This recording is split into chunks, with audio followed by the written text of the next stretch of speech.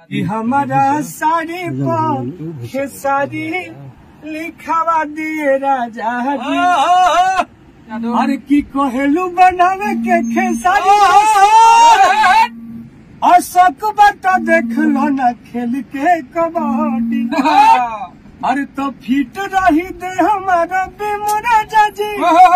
अब तो निकले जो जिम राजा जी।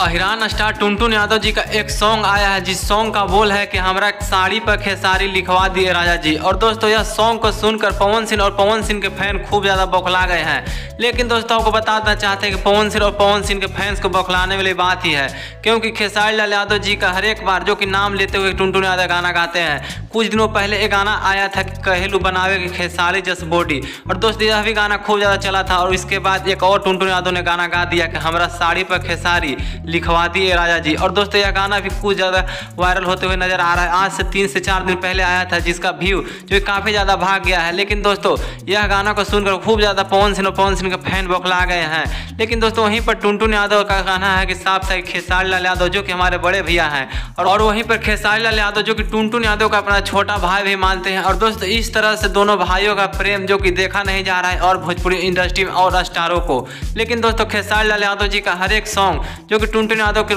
आवाज़ से आते हुए नजर आता है कि टुनटुन यादव जो कि खेसारी लाल यादव जी का हर एक बार नाम लेते हुए नजर आते हैं। लेकिन दोस्तों आप क्या कहना चाहेंगे टुनटुन यादव और खेसारी लाल यादव की इस तरह से प्रेम कहानी के बारे में? आप अपनी राय कमेंट बॉक्स में जरूर बताइएगा दोस्तों।